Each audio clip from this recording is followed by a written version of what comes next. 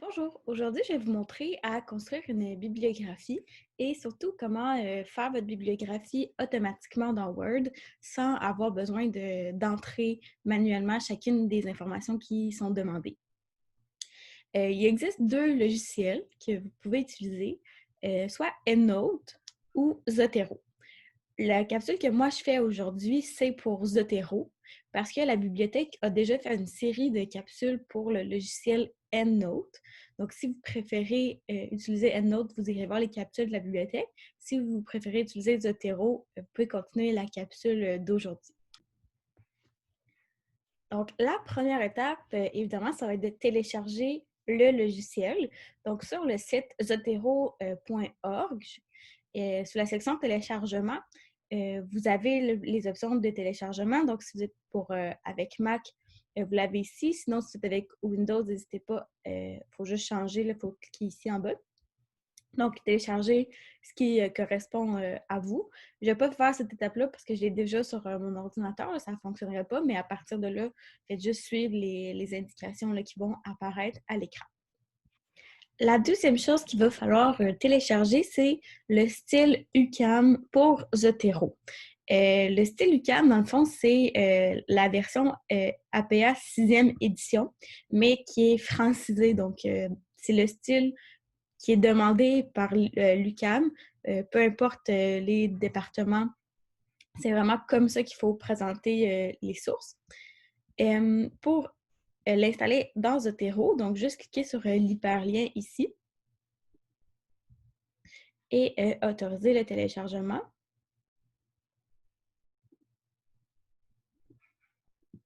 Puis, dans votre dossier de téléchargement, vous voyez, j'ai le petit icône Zotero juste ici. Ça a fonctionné. Donc, une fois que le logiciel est installé et que j'ai téléchargé le style UQAM, je peux ouvrir le logiciel si ce n'est pas déjà fait.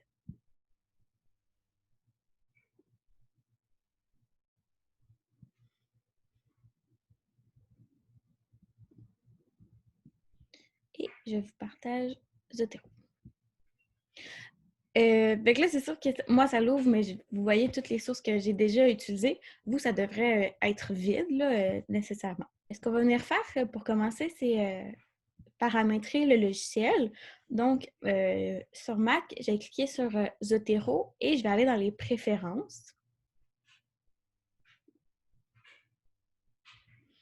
Et on va commencer par l'onglet Général. On va regarder un peu chacun des trucs. Faire une capture automatique de la page lorsque ça crée un nouveau document à partir d'une page web. Ça fait en sorte que si, par exemple, vous êtes en train de lire un article de la presse et que directement sur le web, vous ajoutez le document à votre Zotero, Zotero va faire une capture d'écran de la page que vous étiez en train de regarder. Je vous conseille de laisser aussi cocher de joindre automatiquement les PDF associés. Des fois, ça vous permet d'avoir le fichier directement sur Zotero plus facilement. Pour ce qui est du reste, laissez-les cocher automatiquement. C'est pas vraiment des trucs qu'on va aller toucher. Pour ce qui est de la synchronisation, je vous conseille de vous faire un compte Zotero et de l'associer à votre compte pour que toutes vos sources se synchronisent sur le web. Dans l'onglet Recherche, on ne va pas toucher à ça. Ce qui va être le plus important, c'est les deux prochains, donc Exportation et Citer. Sous l'onglet Exportation, le format par défaut va falloir venir chercher dans votre liste Université du Québec à Montréal. Et dans Citer, assurez-vous que Université du Québec à Montréal apparaît dans votre liste. Si le style UQAM n'apparaît pas, vous pouvez toujours appuyer sur le petit plus ici. Puis, dans vos téléchargements, vous pourriez aller le chercher. Donc, une fois que tout est placé dans notre onglet Préférences, on peut le fermer. Je vais agrandir ça ici. Donc, vous voyez, vous pouvez avoir plusieurs dossiers et plusieurs sous-dossiers. Vous pouvez avoir aussi une bibliothèque de groupe si en ligne, vous souhaitez partager avec des collègues des sources. Mais nous, pour l'instant, on va juste regarder vraiment ma bibliothèque. Et ce que je vous conseille de faire dans la bibliothèque, c'est de vous créer un nouveau dossier qu'on va nommer avec le titre du cours. Puis, éventuellement, vous pourriez même avoir un sous-dossier à ça. Par exemple, ça pourrait être le travail 1. Vous pourriez en avoir un autre pour le travail 2. Vraiment, comme vous décidez de travailler, avoir un dossier par travail, vraiment juste pour le cours au complet. Et donc, si je me mets dans le cours ici, il y a plusieurs façons d'ajouter une source dans Zotero. Je vais les faire une après l'autre. La première, ce serait d'avoir une lecture PDF, mettons, qu'un prof vous a donné ou que vous avez téléchargé d'un site, peu importe. Et si je l'ouvre, par exemple, ici. Par exemple, ça, c'est mon article. C'est mon article scientifique, puis là, je veux le citer dans mon document. Les articles en ligne ou les chapitres de livres vont toujours avoir soit un code ISBN qui va commencer souvent par 978 ou un code DOI qui va commencer par le chiffre 10 avec là, une série de chiffres et de lettres. Nous, on va venir copier ça ici. Puis dans Zotero, sous la petite baguette magique, c'est là que vous allez pouvoir saisir les ISBN ou les DOI. Donc, je vais juste copier. Et là, ça se m'efface. Vous voyez que toute la notice bibliographique est venue s'inscrire directement. Je vous conseille toujours de le vérifier, c'est certain, parce que des fois, il peut y avoir des petites erreurs ou mettons dans le lieu, des fois, au lieu d'avoir la ville, c'est peut-être une adresse qui est écrite, une adresse postale, donc c'est à vous de venir juste écrire la ville en question. Exemple comme ça. C'est toujours vérifier un peu tout ce qui est là. Et ça, c'est avec un ISBN.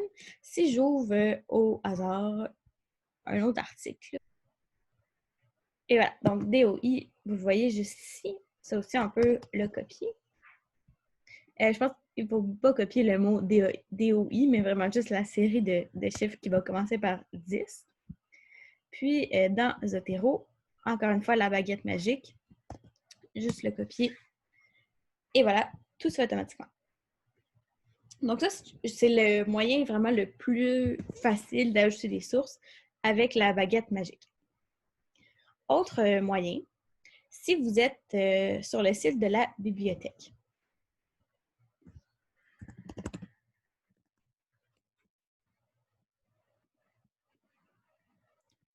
Et que vous cherchez un titre.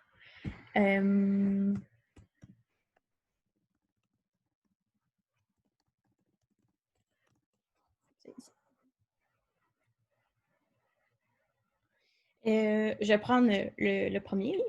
Si vous êtes ici, avec citer, juste ici, sélectionnez un style de citation. Choisissez APA 7e édition. Puis, vous allez faire exporter vers RIS. Donc, pour télécharger un fichier pour Zotero. Voilà. Donc là, ça s'est lancé dans vos téléchargements. Vous avez juste à le trouver dans votre dossier. Citation. Vous allez faire ouvrir avec Zotero. Et puis là, il va se mettre là où votre curseur était placé. Moi, dans ce cas-ci, j'étais déjà dans le bon dossier. Et je peux faire ajouter la citation. Ils seront ajoutés à la collection présente. Et voilà, vous voyez qu'il s'est ajouté ici pour des villes à échelle humaine. Toujours sur la bibliothèque de l'UQAM, vous pouvez enregistrer plusieurs notices. Donc, par exemple, la vie dans l'espace public, j'en ai besoin, je l'enregistre. Pour des villes à échelle humaine, j'en ai besoin, je l'enregistre. Vous voyez, mes notices s'affichent ici. J'en ai enregistré 3 pour faire l'exemple. Si vous allez dans mes notices, vous pouvez sélectionner toutes les notices enregistrées, citer, puis exporter l'ensemble des notices dans Zotero. Donc, vous n'êtes pas obligé de le faire un à un. Vous pouvez vraiment en faire plusieurs en même temps, si c'est ce que vous souhaitez. Et c'est le même principe. Je vais le trouver dans mon dossier.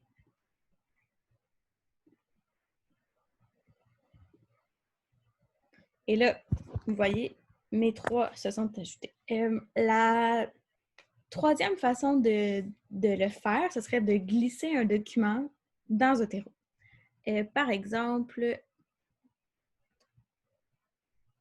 je vais en prendre un au hasard. Je vais prendre un article au hasard et je vais le glisser. Ça peut prendre une petite seconde, mais le document devrait s'apparaître. Et voilà, vous voyez, article de revue, le titre est bon, l'auteur est bon, vous avez la collection, le numéro de page, c'est un article de revue scientifique, donc le volume, le numéro, tout est là. C'est sûr que vous devez peut-être juste faire une petite vérification manuelle pour chacun, juste pour être certaine qu'il n'y ait pas d'erreur, tout ça, mais vous voyez, vous avez même le DOI qui s'est affiché automatiquement. La dernière façon de le faire, je le présente en dernier parce que j'espère que c'est la façon que vous allez le moins utiliser possible, c'est de le faire manuellement. Ça peut arriver des fois quand vous avez des articles qui n'ont pas de DOI, ça arrive pour des articles un petit peu plus vieux, là, mettons au début des années 2000, en descendant, c'était pas un système qui était mis en place. Et sinon aussi pour des livres anciens ou des fois des documents qui sont ni des articles, ni des chapitres de livres, tout ça, peut-être que vous allez avoir besoin de le faire manuellement. Ce que vous allez faire, c'est la petite flèche verte ici. Je vais peut-être juste fermer ça, on n'en a plus besoin. Là, vous avez quelques exemples, mais dans plus, vous avez vraiment une série complète de trucs que vous pourriez ajouter. Par exemple, si je veux ajouter un livre, vous voyez, ma notice, elle est vide, il n'y a absolument rien du tout.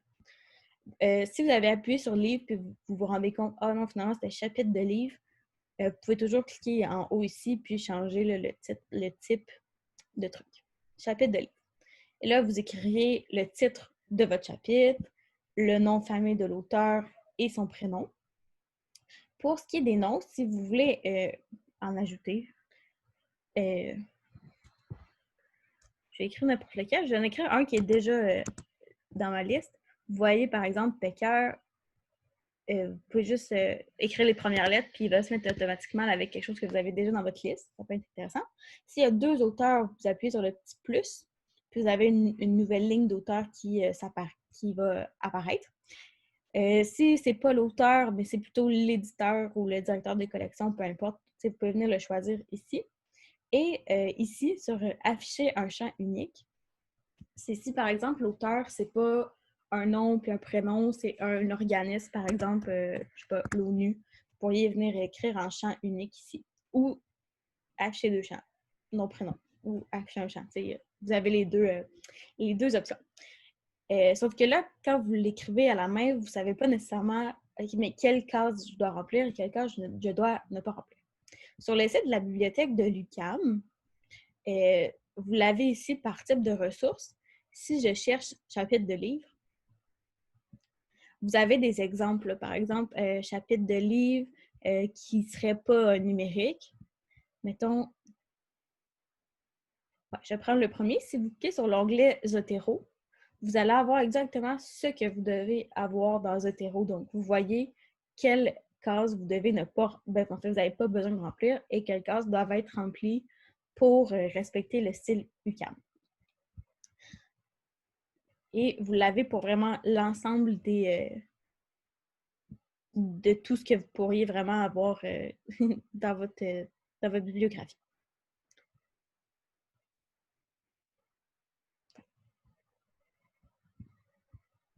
Donc ça va vraiment être intéressant, ce site web-là, parce que ça va vous permettre aussi, même si vous téléchargez un document, que vous glissez, que vous ayez inscrit un DOI ou un ISBN, bien, des fois, vous pouvez toujours aller vérifier là, que c'est bien écrit.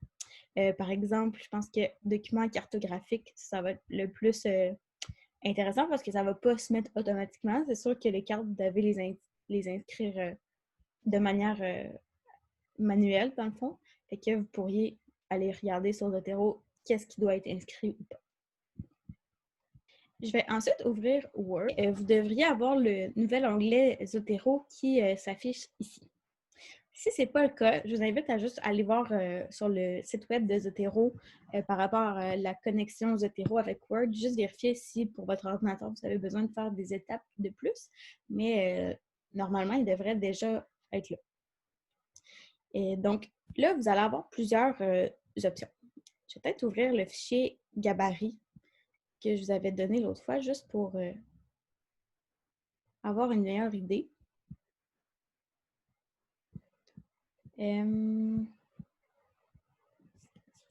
Par exemple, dans mon introduction, tu sais, vraiment, j'écris n'importe quoi, là, blablabla. Là, cette phrase-là, il y a une source. Vous voulez citer quelque chose. Donc, sur Zotero, ici, assurez-vous que votre application Zotero est ouverte aussi. Vous allez faire ajouter une citation, qui est le premier. Et puis là, Zotero va s'ouvrir, donc juste ça ici. Vous assurez que c'est le style UCAN qui est surligné. Et vous allez faire OK. Ça se peut qu'il ne vous le demande pas à toutes les fois là, de confirmer que c'est le style UCAN, mais moi, je veux le confirmer. Et là, Zotero s'ouvre et c'est là que vous allez indiquer c'est quoi la source que vous voulez mettre entre parenthèses, là, le style auteur-date. Moi, je veux celui-là. Et vous allez cliquer sur OK. Puis là, vous allez revenir dans Word et vous voyez que votre source s'est mise automatiquement. Vous voyez aussi, là, c'est en gris, c'est vraiment un champ qui est ajouté. C'est vraiment lié les deux logiciels. Si je retourne dans Zotero, puis cette source-là, celle-là ici, si vous modifiez quelque chose, par exemple, vous vous rendez compte peut-être, ah ben Valérie Plante, elle n'est pas autrice, elle a juste écrit la préface, mettons, des trucs comme ça, ou qu'il y a une erreur, mettons. Ben là, j'ai téléchargé du site de la bibliothèque, il ne devrait pas avoir d'erreur, mais par exemple, mettons, c'était 2018, vraiment un exemple.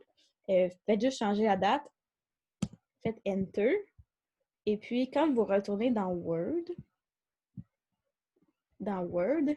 si vous faites Refresh, ici, la date qui était 2019, qu'on a changé pour 2018, devrait changer. Et voilà. Fait que les deux logiciels vont vraiment être liés. Quand vous modifiez quelque chose dans Zotero, Word va suivre. Il faut juste vraiment lui indiquer qu'il faut faire un petit rafraîchissement. Et puis là, vous considérez une autre citation. Vous voulez mettre une autre source. On clique encore, puis là, vous en choisissez une autre. On fait OK. Et voilà. Il vient s'ajouter automatiquement. La dernière étape, ça va être de faire la bibliographie. Donc, si je descends en bas complètement dans ma bibliographie, c'est sûr que je vous ai mis des exemples comme ça ici pour le gabarit, là, mais mettons, vous, dans votre travail, il n'y aurait pas ça. Vous viendrez ajouter ici une bibliographie, qui est le deuxième onglet. Puis là, ça peut prendre une petite seconde, là, mais ça prend toujours un peu de temps. Ne cliquez pas plein de fois.